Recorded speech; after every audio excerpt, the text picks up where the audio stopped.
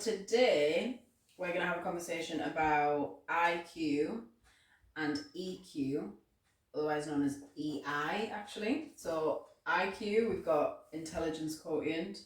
EQ, we've got emotional quotient, but more recently it's now known as EI, which is emotional intelligence. So I thought I'd just give a bit of a background maybe on the two, just so that we can maybe talk about each of them. But I did a little bit of research before and just realised, so researchers normally use IQ tests for what people know and how quickly they can solve problems using reasoning. However, it doesn't account for a full range of thinking, or how well you're going to do in business, life, anything like that. Whereas EQ, it generally refers to your ability to sense emotion in yourself and in other people, but it can also refer to how you use that awareness to guide your behaviour. So my first question, pose it to Ed first. Okay. Is what does intelligence quotient look like to you? Just the IQ. Yeah. I would say it's the analysis and the ability to use the information you get from the analysis of just things and events in an efficient manner. That to me is IQ. It is the ability to notice patterns, sift them if need be, group them, ungroup them, etc. It's essentially one's ability to process information as quickly and efficiently as possible. And I think most of that information would be, if we can call it factual or description of fact orientated, rather than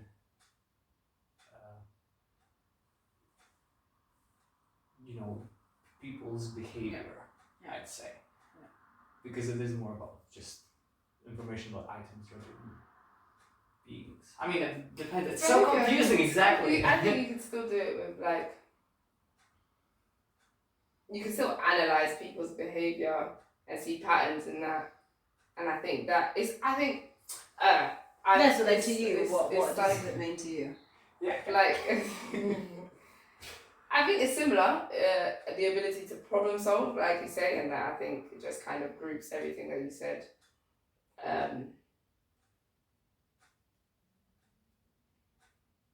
To see patterns, like you said, exactly that, because to problem solve you have to be able to analyze. And I think factual in a sense that it's happening, but not factual as in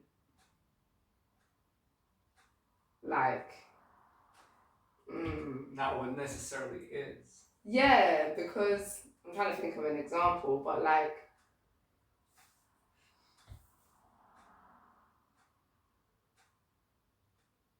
don't know.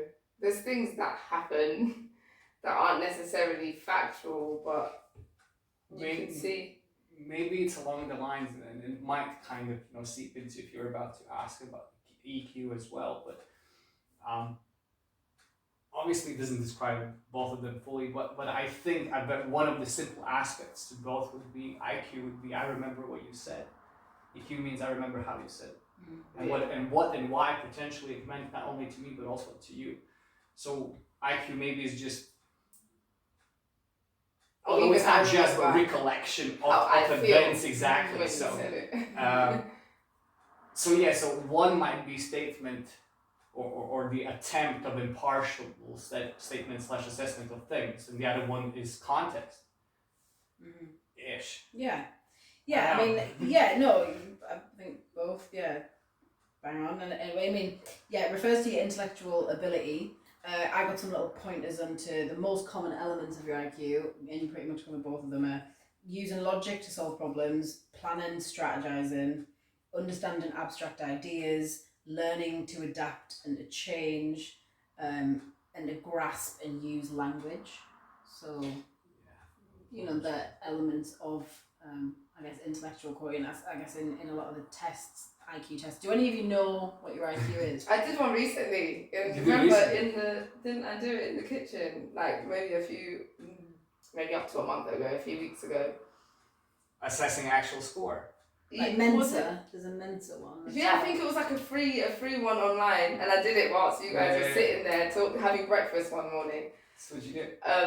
I don't remember. That's the thing. Would this kind of bring it? Because I also wrote down some kind of average scores for our age group, because I think that's. I don't know about age group. I know in general some averages for the world and not for age groups. Well, yeah, I mean, in general, so scores under 70 are kind of. I mean, this is how it's written on a webpage.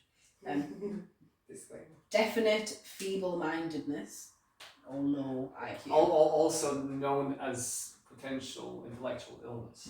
Okay. That one below 70 is known. And it's in general, like that would be considered as an illness, I believe. Okay.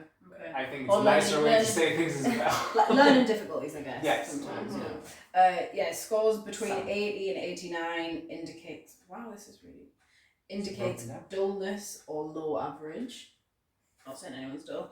If you've got a score between 80 and 89. Scores over 140 indicates genius or nearly genius. 120 and 140 super intelligence or gifted, and 110 to 119 superior intelligence or above Isn't average. that order really weird? Yeah. So thanks. They went really low, really high, and mid-average. Yeah. So basically, between 120 and 140 is top. So then going off that, I looked at kind of the average scores for certain age groups. This is really interesting. So the average score for 16 to 17-year-olds is 108, so like normal average intelligence. 20 to 24 is 99. Okay. And then 24 to 34, which is our age group, is 97. Average this is. But then listen to this. Then after that, age 35 to 44 is 101. So you almost, but I guess because you're yearning for knowledge after that point, or maybe. But I think life, because when you're 17, 18, Well, just you're before going you go through on, you're still in school, you're in still in places where they give you a plethora of knowledge. You're learning geography and history and just general kind of things that even if they don't stick, you're learning things that are gonna make you just have a skill bank of ideas to pull from when you're looking at a problem. Whereas when you're 20 to 24, you're like, I've done, or you're going through uni or coming off the end of uni, and you can't escape that further enough, and then when you're hitting these ages, 24 to 34, it's like slightly average. And scores begin to go up again after that amongst our older people. But I think life as well, because if you, let's say you come across when you're now in a situation, if you've got, generally speaking, obviously people's ideas and what people's lives are different now in the sense of like a traditional way. But let's say it's a family age where you're working with another person, trying to build a life with another person and your children, and you're trying to. So you have to be able. Responsibility grows, which you have to be able to plan. Your efficiency needs to grow. You're responsible for other people, so. Yeah, so I think that makes sense. Generally speaking, in traditional ways of that, I think But if you, let's say, have a child younger, that could force you to change in ways, or if you continue your masters. And it depends what a child does. Because let's say you ask, like, I don't know my score now because I haven't done those kind of assessment tests in a long time, but let's say school time. When did I do this one? I'm trying to picture. Probably around the age of, let's say, 14, 15. I was still full swing doing math Olympics and stuff like that, which trains specific type of thinking and problem solving, which definitely boosts your IQ at the time, because that's the mindset. Your mind's in constantly finding patterns, answers, etc. And the time when I did a test, it was 137. That is way above an average for 14, 15. But it's because I already had spent God knows how many years prior to that, during that, and then going into med school. It was still the same type of thinking. But if they are a form of balance, a high IQ doesn't necessarily represent how clever, smart, or functional you necessarily are. It just represents how quickly and efficiently you can process non-personal data. Personal in the sense, I would say now, the context of what it means to you. Not personal information as literally knowing things about other people. Interesting though, but like that breakdown is real, quite real. I've read about these things before, just in general, and listened to them. And the system for IQ comes from military, especially USA military. That was in Latin. Hey, where they created the scale, and according to them, anyone below a 70 just didn't qualify for bare minimum functions for you to survive and actually be of any use in the military. And to this day, they use these tests and they do not take on anyone who's IQ below 70, no matter how, strong, capable, even great social skills, etc., which obviously is jumping more into EQ. Because the basic need within military of how much you constantly, on everyday basis, need to take in and be able to process, below 70 just doesn't cut it. And obviously there's people that are up in 180s, whether real or fictional. Because me and Kat have spoken before, like one of the shows about IQ, and the big thing about it was Scorpion. And the main protagonist, actually I got his name. What was his name? Walter O'Brien. That's what it was. It's based on something true. Real guy that used to help out one of the U.S. secret intelligence companies. And having IQ of 192 with a real fictional, like it's if I was here with that IQ, I could look at that, let's say, book of shelf of books, and I could just see the distance in my eyes. I could assess things, etc. But it doesn't tell me anything else apart from what I can see and sense more physically. So it is a very arbitrary system for a specific thing, I guess. And I think that's why they then realise that actually that's not going to give you a well-rounded picture of a human being and what they're capable of, because it does only focus on those particular aspects. So, then on the other side of that, if we then go over to emotional quotient or emotional intelligence, like I said, they kind of realised in the last 20 years that the AI produced the ability to produce them to be able to see in humans the ability to recognise and regulate their emotion, use social awareness in problem solving, whereas there is the element of problem solving in IQ, but using social awareness for that, and it gives a fuller picture of human intelligence. So next question, what does emotional intelligence look like to you? So if you cut this down. I think basically what you said, in a sense of being able to recognise other people's feeling, recognise like your you say emotion, it could be even like your energy behind what you say and things like that, because I found personally I can think of things very logically in situations. I try to detach my emotion with certain situations, because I know that could come from a place of like ego or insecurity or jealousy, of all of these, I don't know, just saying, not talking specifically about an experience, like one experience, but so I've learned to try and take my emotion out of it sometimes, but I've learned that if I do that in certain things I can say, it can come across quite,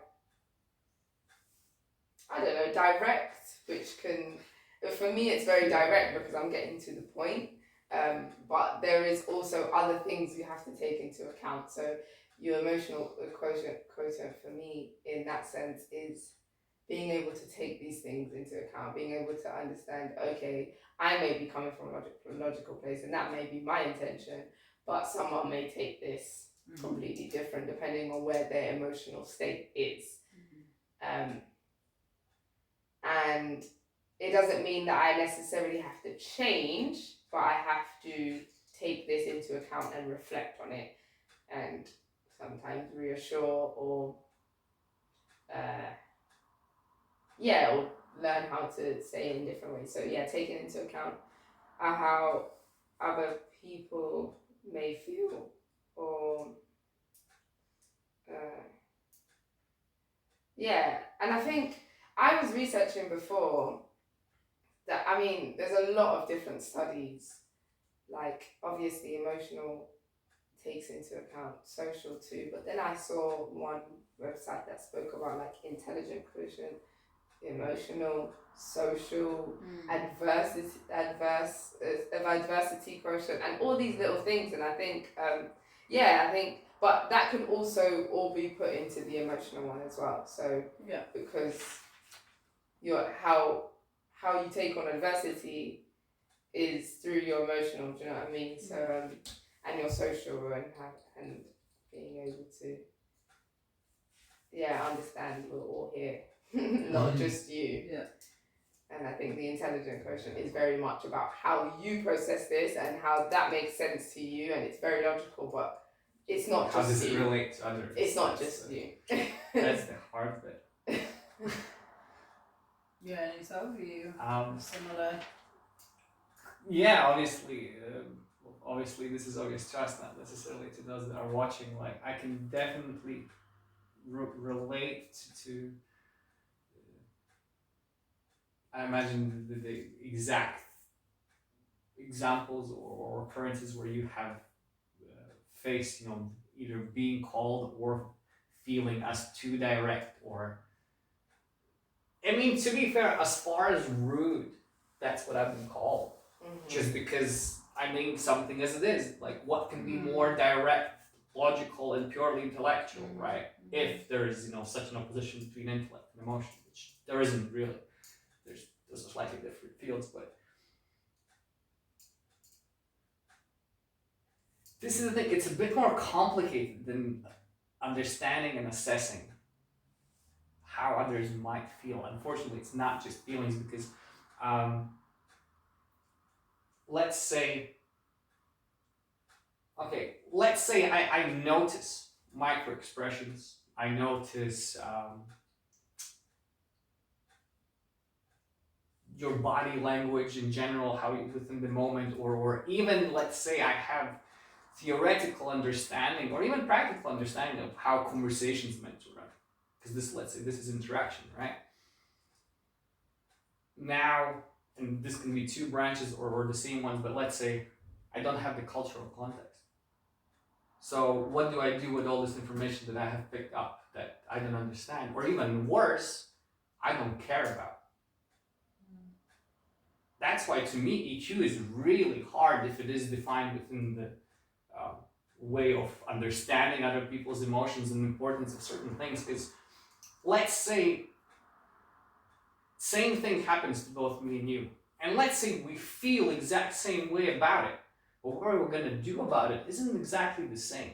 And that's where I fall short within trying to understand others, because quite often where my reasoning would go like, well, this has happened, this is what we both have felt, but I did this. Whereas you're doing something else, which is leading to different words, to different expression, and I'm like, how did we get here? Right? And I believe that this is that, whether it is connected to IQ or EQ, I don't know, but that thing that you said, emotional detachment. I can step out, same as you, out of the situation, assess the situation, because how I feel about it will change. So why would that be a criteria? Now, to someone that is heavily within an emotional spectrum, which does not imply necessarily emotional intelligence, just emotional spectrum. To them, it's I need to express first, then I'll assess the situation. But from research, I'm sure that you found as well, funnily enough, EQ, like the 5 components of EQ, if they can be broken down, is self-awareness, self-regulation, and self-motivation for myself, which implies my emotions shouldn't run however they want. I should be very well aware of them. I should be friends, but they don't just woohoo, party it out. And same goes on external. It is the social awareness and social regulation. So it isn't about me facilitating how you feel or how you express.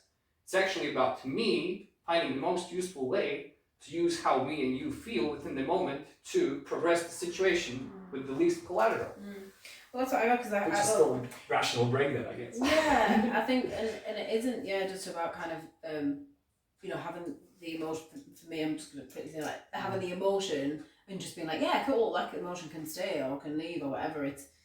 I like the word identifying the emotion, then what you do with that emotion afterwards, whether you do then use it to continue the conversation or whether you do let the emotion pass.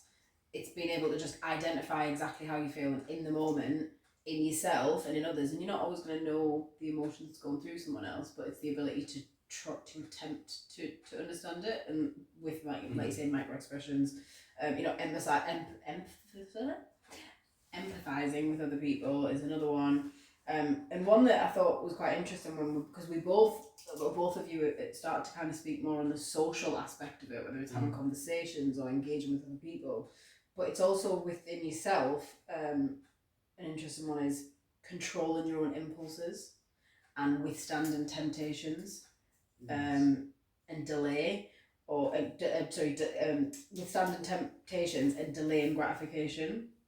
That's all with yourself. Do you know what I mean? You can't delay anyone else's gratification. I mean, you can, but reading the end a bit more. Yeah, resolving conflict with others and communicating effectively. So, like, I think they are quite all social, but then the controlling your impulses and withstanding temptations and gratification, you could do that in a room on your own.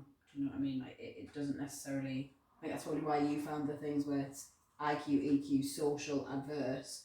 They are all within EQ, but I think there is a lot in EQ that can just relate to yourself, just independently to yourself. And I found this quite interesting, like a few signs that could indicate emotional intelligence in someone is if that person's not afraid to be vulnerable and share their feelings, setting boundaries, they're not afraid to say no to somebody, can get along with different people in different situations, accepts constructive criticism without making excuses or blaming others, isn't afraid to admit their mistakes and apologise, and like you said, self-awareness, self-motivation.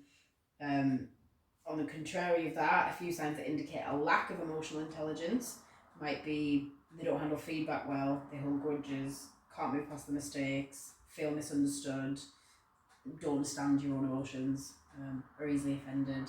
And I think whether or not we've been like this in adult life, personally I can relate to that as well, because I think there's always times when emotional intelligence might not have been as high depending on the environment around you.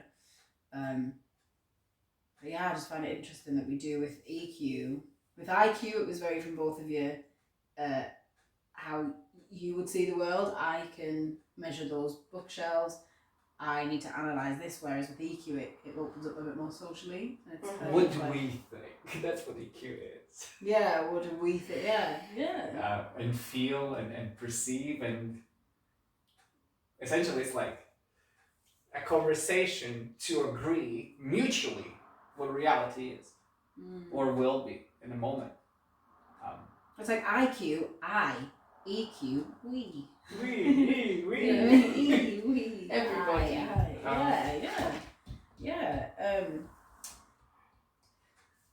Yeah, and I had a question on, because this I think might be quite interesting as an answer from both of you. So there was a research review kind of done that concluded that having more emotional intelligence can help you recover more quickly from acute stress. Obviously both kinds of intelligence dramatically affect your quality of life and your accomplishments, but yeah, there was a really interesting study, without me going into all the details of it, that having a higher emotional intelligence can help you better deal with stress. So yeah, my question is, do you agree with that statement? And do you think, emotional intelligence would buffer the effects of stress or trauma? Or do you think just having a IQ to analyse it and... No, I think you need both. I don't think it's one or the other. I think if you have a high IQ, it doesn't necessarily mean you could deal with stress. And again, if you have a high emotional intelligence. But I think emotional more so. Because, like, your stress is...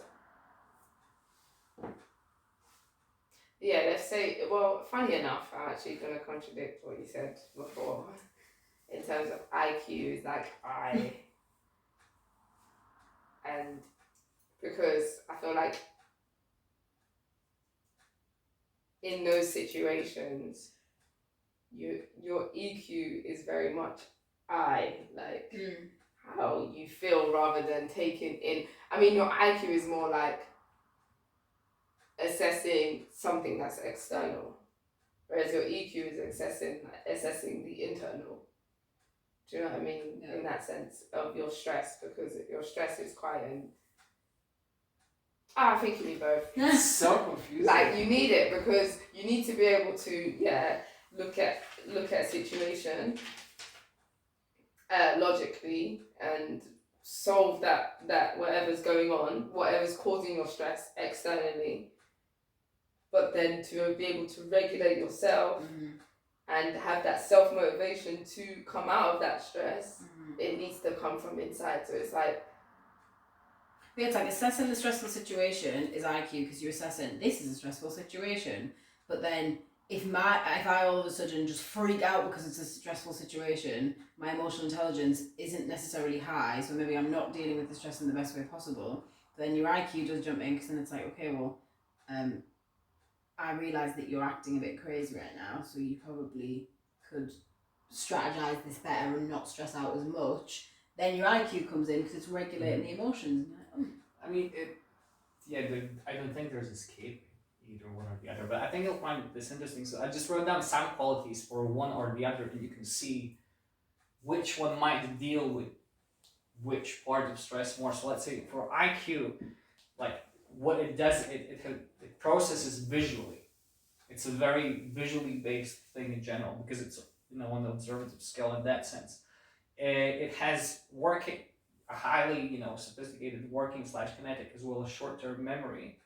It has both fluid and quantitative reasoning. So IQ is the one that will deal with you reasoning with these things, right? And in general, it has the knowledge of the world, pure just facts. Now, emotional one identifies emotions. It relates to others. It stands for social communication, and it controls one's own emotion. So the way like this sounds is that in this instance, IQ is giving the understanding of your knowledge of what you see in the world, but at the same, so it is actually it's external stimuli that is creating your internal stability in some ways, whereas EQ in this instance seems that it is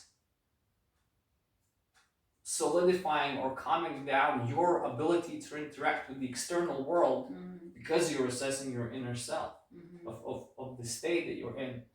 And looking into these actually got me thinking about the right and left sides of the brain, although it's a bit of a myth. They're not as clean cut. This is what your left brain does, this is what your right does, because we can rewire it.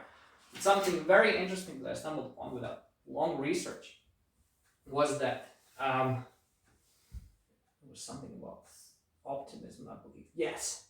So a psychiatrist, Daniel Goleman, you can actually find a lot of stuff of his online. When I was reading some, articles, his name popped up. I was like, I'm sure I, know this name.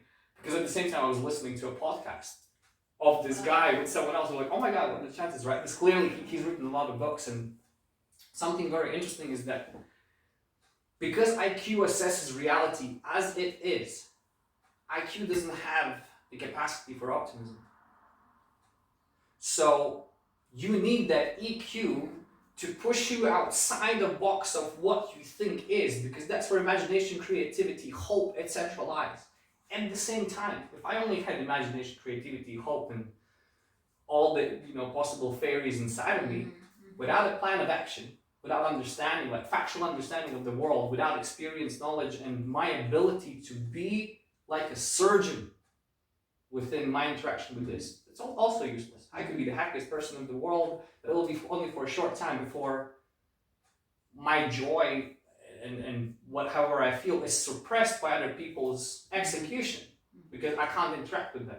Their actions are stronger than mine because I have no tools. Too much of either, it sounds like, is Bit of a calamity unhealthy for yourself and others, because I guess they're both just as important as each other.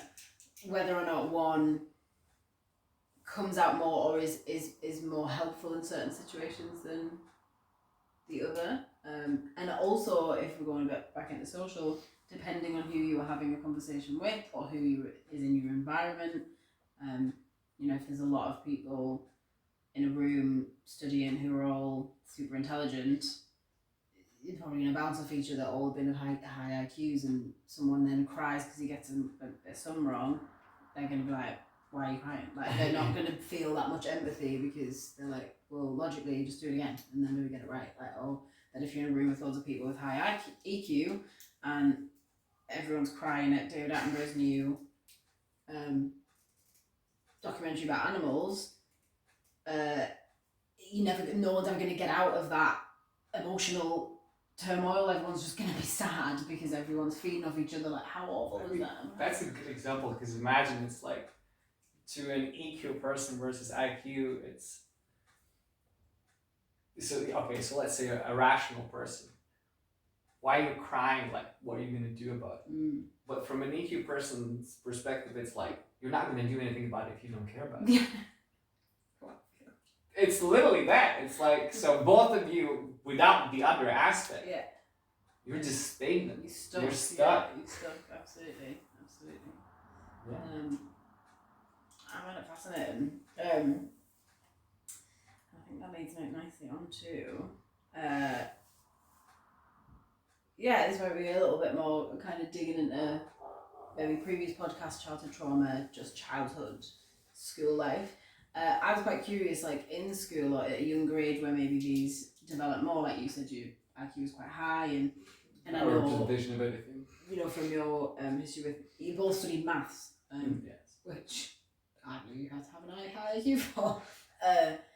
And maybe in study, what was your study life in school? Did you find yourself studying, maybe taking yourself out of a social environment to study on your own because that's so much easier for you not to be around a mix of people who might have different, and you're not going to be aware of this when you're younger, but who have different levels of EQ and IQ, and actually so doing that it was easier to study on your own. My question was, in school and childhood, did you find it easier to be in social environments or prefer to be alone? But that doesn't just have to mean like all of the time. I just guess it can give an indication on which came out more, was it at a younger age, or what you relied upon?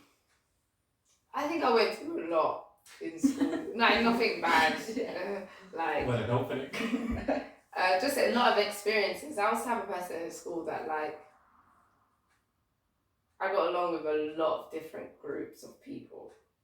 My school was quite diverse in cultures and all of that, and naturally, I've always been quite great at maths. That's just been my best subject. I don't even think by choice. I wasn't really good at anything other than maths and physics, which is lucky in that sense, I guess, for academia. And I think, it's played a big part in my problem solving, because I find real enjoyment in problem solving. Like the other day, one night, I was doing like GCSE questions for fun, and like people around me like, what? Why would you do that or for IQ fun? tests for fun, or resolving, some. So because I've been naturally good at it from like primary school, I remember in getting like 100% in my year 6 stats, which was like the first in the last 10 years or something. So like I said, it was always that. So because I was in a class when I went to secondary, my classroom was quite very intelligent people. I wasn't necessarily the most intelligent in that class, so it gave me the driving lessons to like be better and try and work harder to see these patterns and see these things and work out things. And there was a healthy challenge in class, and we would like compete to do it, but together in a way. But then outside of school, outside of class, I hung around with a lot of different people, not necessarily the same level of the same level of academia as me, and I did not really take to, I mean, I was okay in school up to GCSE. After GCSE, when you're choosing your A level and you're doing only a few subjects, then I started to really find the enjoyment in learning a lot more when I took autonomy of my own learning. And I would study together, and by myself. By that point, I kind of was just on my own and would just do my own thing. But because I had control of it. Talk about control, I think that's another conversation. But I enjoy having control. So because I got to take control of my own learning, I just took off from there. But I would say that because of that, I had quite a good balance of like social awareness of others and myself, and I've always regulated my emotions quite well. I've always been aware of them. I mean, in my home life, I think growing up, I was quite spoiled. I was a bit of a brat growing up, I can't lie.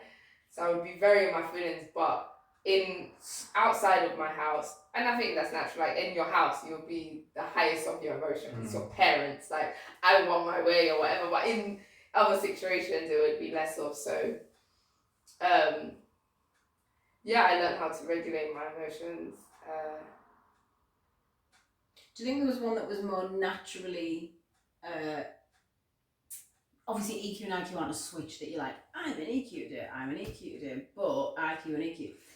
Do you feel like there was one more maybe naturally dominant in you, or that you can relate those with? two. To you first, just at the end of the sort of childhood stuff, but do you feel like there was one that was more dominant in you, or easier to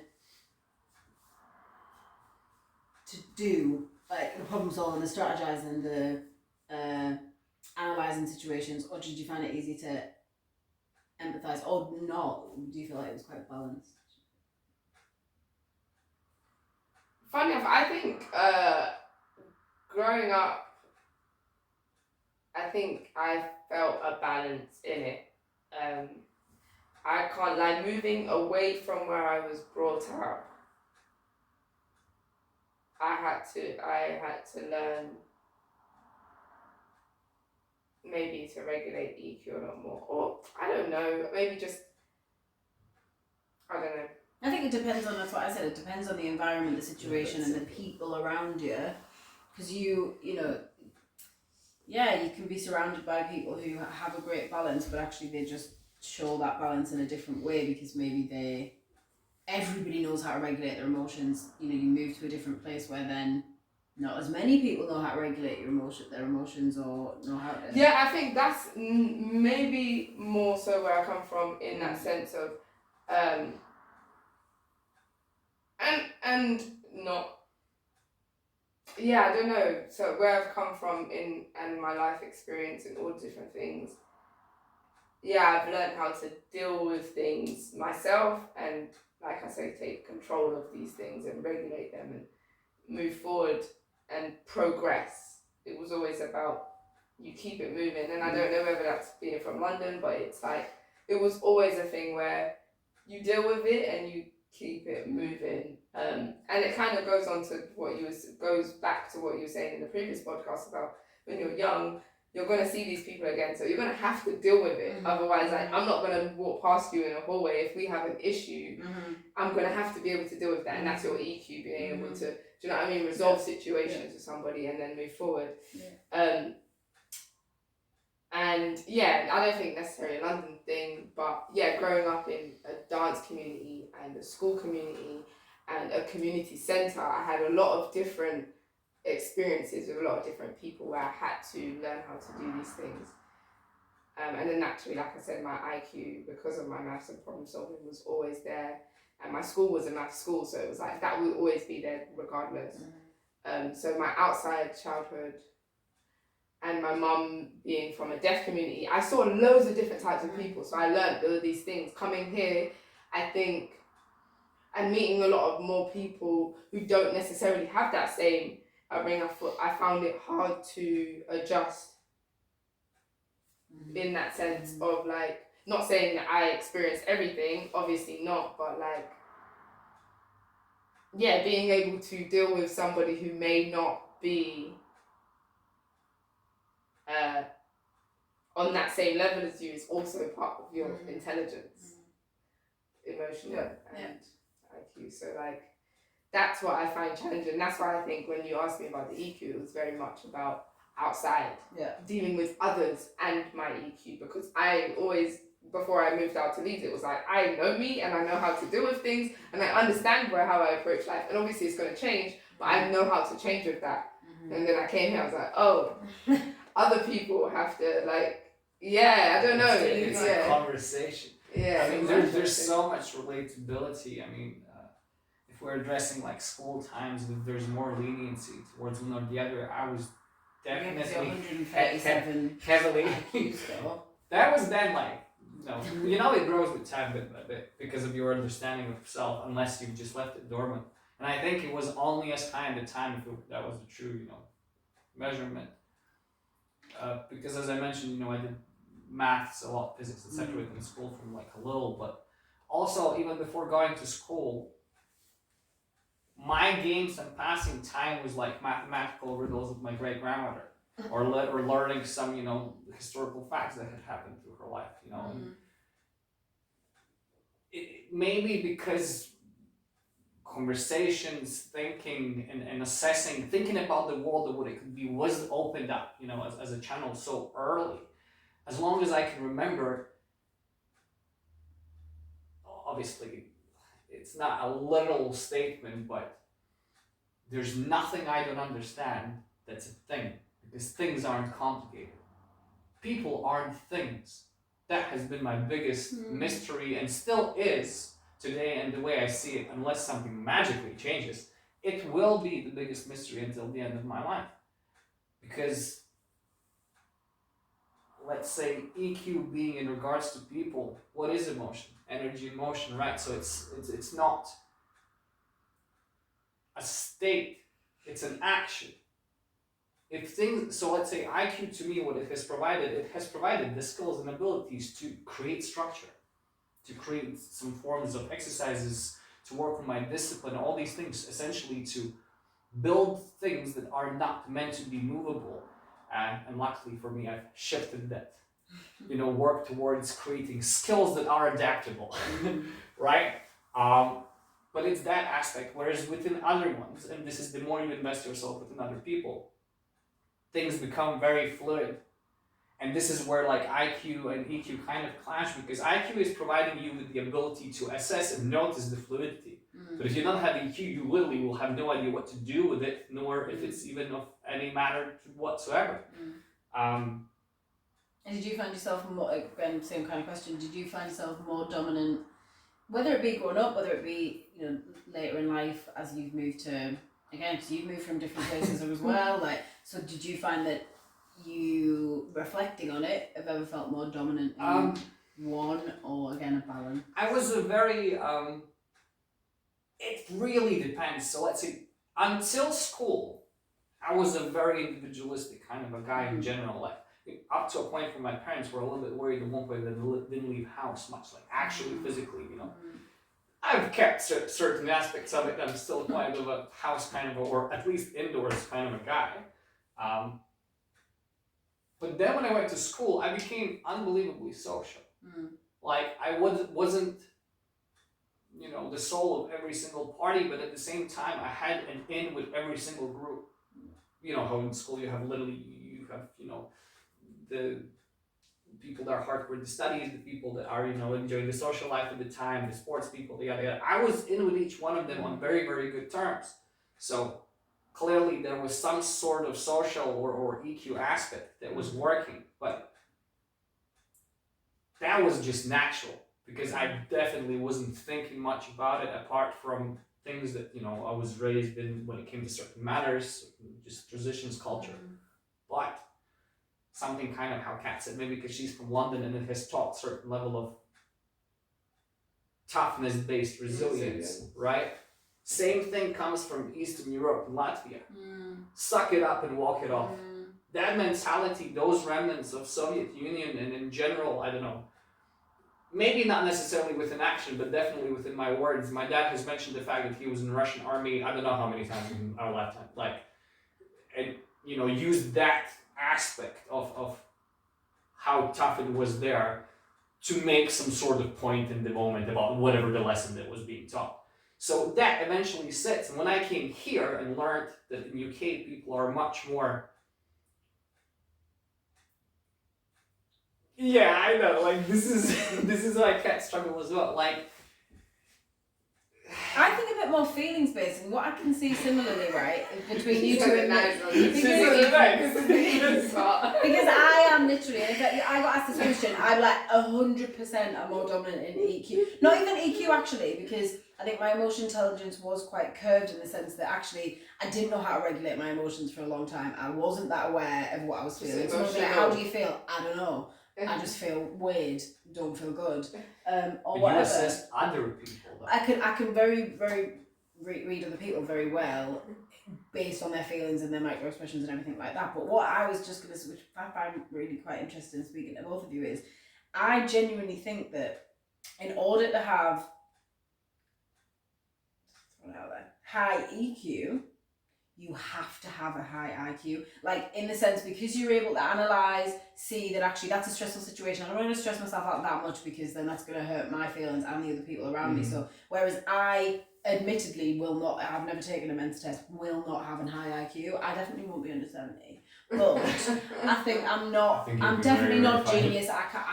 Maths, no. Physics, no. Like, whereas you two absolutely both like, love it, GCSE, We do. Mensa. There's a brain games for clever kids on the bookshelf over there, and this is your household.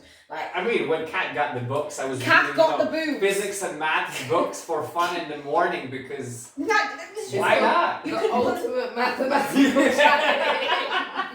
That's punishment for me. If someone was like, Amy, read this, I'm like, what have I done? Why? Well, I got this as a gift, but someone knows me. Shout out to Jasmine. IQ puzzles. Again, Sick why book, are you punishing absolutely. me? Why do I have to do this? But yeah, I think it's really interesting speaking to you two, and maybe on the not opposite side. I think, like we said, it's all a balance. But I didn't have a very good. Yes, I'm feeling and emotional and stuff like that, and maybe it's great for me to read other people and understand and empathise. Maybe I've got that checked, or like at least have a good understanding of that. But because I didn't really analyse that well or plan or strategize, I'm just using word drops from what we've read. Then when it came to having emotional intelligence and regulating my own emotions, I don't see the point. I'm just going to go with it, and I feel whatever I feel. I feel like this, whatever am I? Or I'm angry, I'm going to hit something, or I'm going to cry. Like, whereas you guys, with, you know, maybe the higher IQ, can be like, okay, wait. Like, we'll assess and go like, Let's is just this useful this right really, now? Should I really need to cry right now? Whereas I will just cry because, and then I'll analyse it afterwards and be like, probably wasted a lot of time crying. Do you know what it is? It's there's a definition really for EQ, right? One of the ones I found that says individual's ability to sense, understand, and effectively use the power and acumen of emotions to facilitate higher levels of collaboration and productivity. And my mind, as usual, creates very weird analogies, but the gauntlet that Thanos had, right, in Marvel. The gauntlet's the ultimate. It's cool. So the ultimate bad guy with the 5 Infinity Stones that essentially can reshape reality, right? When you collect all 5 stones, anything can be done. Point though is only some individuals can wear this glove, because anyone else who uses it is going to literally perish because the power is too great. So if, you know, EQ is your ability to utilize other people's power. So that's the competency. But that means IQ on your individual level, your ability to assess and how you can reshape your physical environment, that's that power within each one of individuals. And when you can, you know, bring it and or, you know, maintain it, that's when it becomes EQ, aka collective power. And a good example is, let's say, you're a programmer or a scientist. I don't need you to be good with people necessarily. I just need you to be good at, you know, whatever you're doing within your specialty. But the moment I make you a manager or anything higher, you need basic understanding of your field so you know where to delegate the other people, but now it's about people.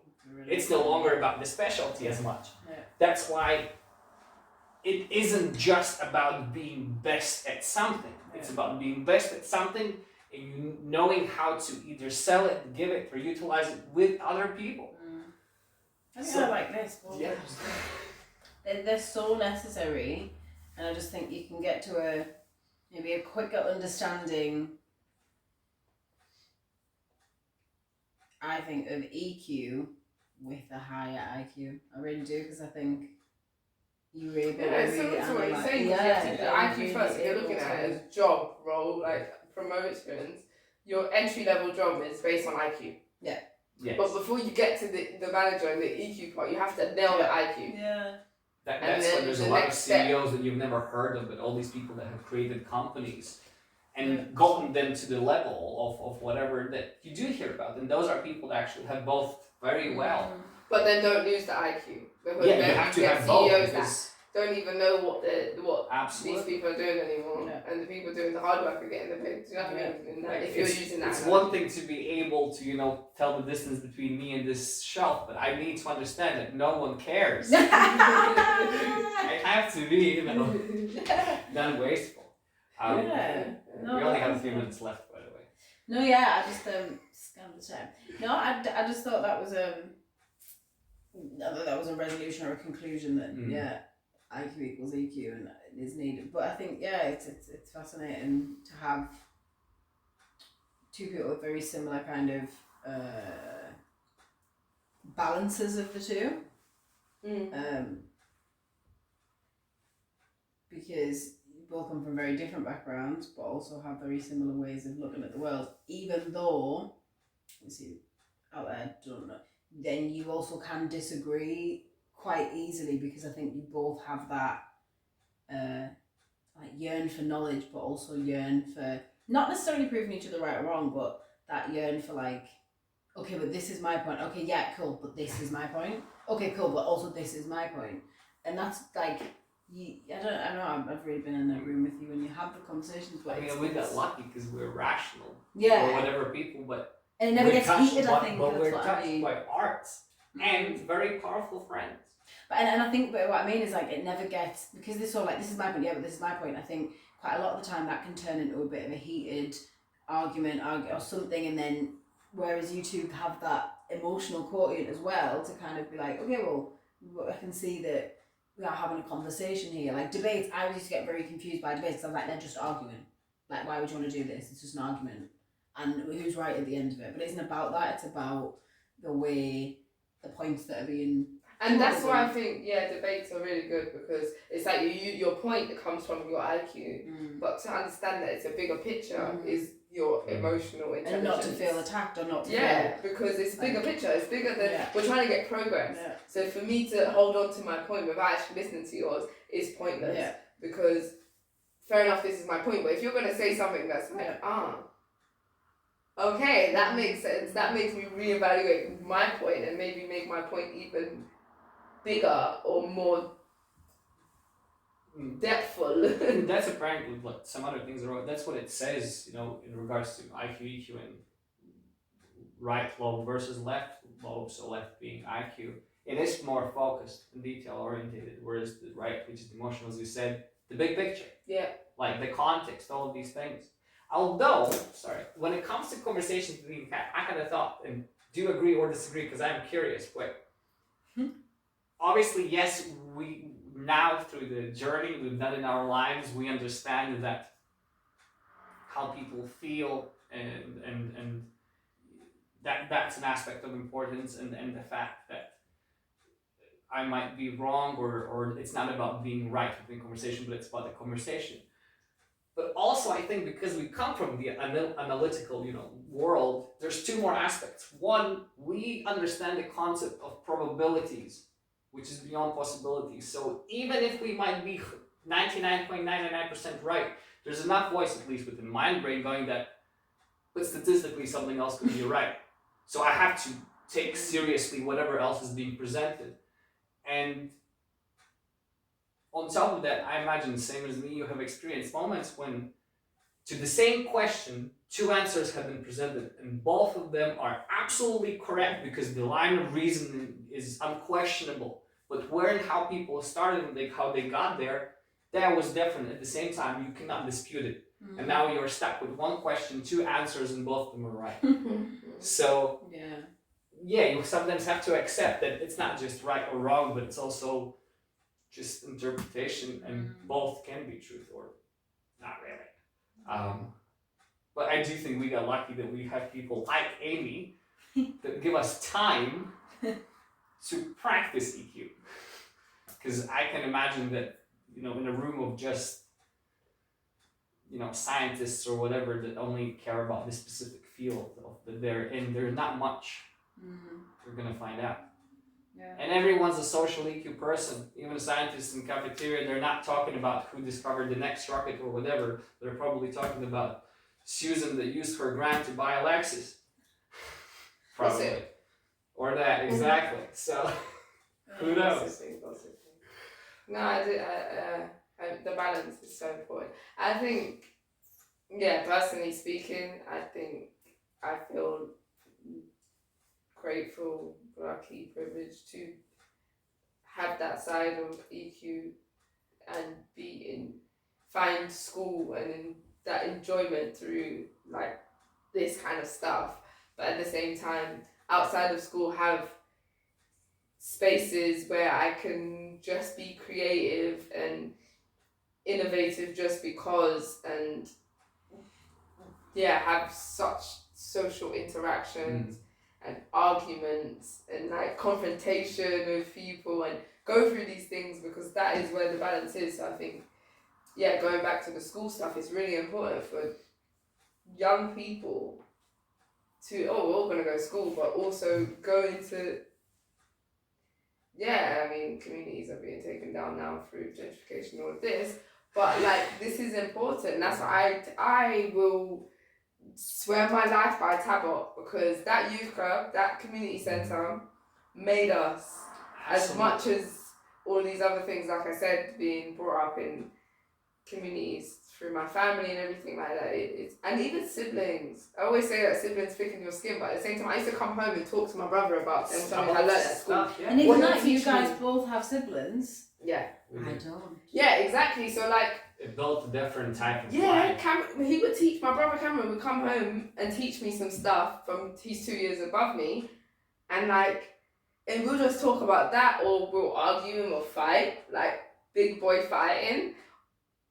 And so like, or even like, or I couldn't fight him. So like, say I wanted to punch something, I wouldn't punch walls, I couldn't destroy my room, I couldn't beat up people, but do you know what I mean? So it taught me to regulate this, because it's in my culture, I couldn't destroy anything. Do you know what I mean? And even if I did want to fight, I had somebody there to regulate it. You know what I mean? Exactly. Put me in my place, especially an older sibling.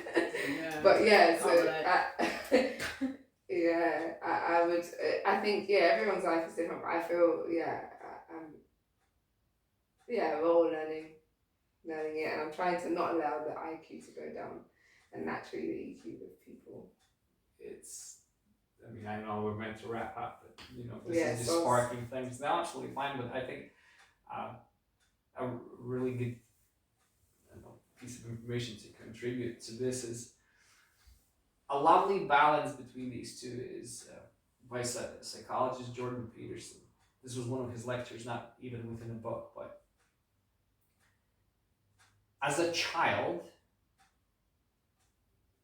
someone who's a winner isn't someone who wins all the games that they play. It's someone who is always being invited to play. And that's that magical in between IQ and EQ. If you always assess the situation just by a fact, so let's say take a game and you're brilliant at it and you always win, how long before it's boring to play with you? At the same time, it's not about you giving up or letting someone else win. It's about playing the game. And game isn't about winning. It's about playing the game. It's about finding all the aspects of how to deal with it. And I think that's what EQ gives to IQ and vice versa. Again, skill and competence. That's essentially what it is. Yeah. Or wisdom to use it. Mm-hmm. Or not, depending on. It's fascinating, man. I feel like this could lead to another. Hey, we could be talking for like. Yeah. Now I understand the people that put out podcasts that last 2 hours or more, and they, present like 3 or 4 a week. Yeah, I regularly listen to ones that are like an hour and 47 minutes. I think that's. Today I listened to an hour and 40 for Tungal Yu speaking with, what was the guy's name? Daniel Goleman. I like that. Funnily enough, Daniel Goleman at the time when he started writing things, this is like late 60s, 70s, right, when he started. He was one of the, now Western minds that have achieved something in a sense, within respect when it comes to published work, but he was looking into meditation to find this, or bridge this gap between EQ and IQ, how there are tools that are needed for both, absolutely, because think about it, for you to be a machine of like specific execution, you need to be able to focus and use your breath and calm down whatever emotions arise, if need be, whether yours or someone else's, to do whatever needs to be done at the same time, so you're not cold son of a. I'll probably edit this bit out. Probably not. Yeah, you need that context as to why are you doing it. Yeah. So a breath, one deep breath actually goes a long way. So that's how I can raise my IQ without doing those. No, but what Ed said about the games are problem solving. Like, I mean, depends on what kind of games, but like zombies. Well, the garden in between, that's a good one. I'll just play that game. Okay, but think about it. So that's a good one. You can resolve that, or you can play, because you said garden. So let's say Gardenscapes, Candy Crush, any of those puzzle games. I don't know. You might think there's not. I mean, obviously, there's better games that will teach people more within the time that you consume. But what that game's teaching you actually is pattern recognizing. Mm-hmm. Absolutely, because when you start playing, it's like, oh my god, this is so hard. And then 1,000 levels later, you look at the screen and you already see all the combinations between those, like 100 colorful balls. Yeah. And it's a skill. But the thing, okay, let's say you play a racing game. You're working on your reflexes, your observatory skills to hopefully pull the car away at the last moment and survive. Today. There you go, right? And if you're smart enough, you can adapt these tools within real life, because what are games? Games are a replica of life, and vice versa. Life is a replica of a concept of a game. But we just need to play games with people. You cover the IQ and EQ. Yeah. The games and the people. Yeah. No, I like that. That's why, along with the books here, if anyone can see the house, we also have a big box of games. It's not just It's a box of books and a box of games. The books are on display, the games are in a box. That's just to keep it neat. No, thanks guys. That was a really fruitful conversation, and I think, as usual, we've got some nice juicy content. Yes. Let's thank Amiee for the great idea of both topic and me and Kat talking about it. Yeah. Thanks, Kat. Thanks, Ed. Thanks, people of the universe, and all of you great IQ, EQ people out there.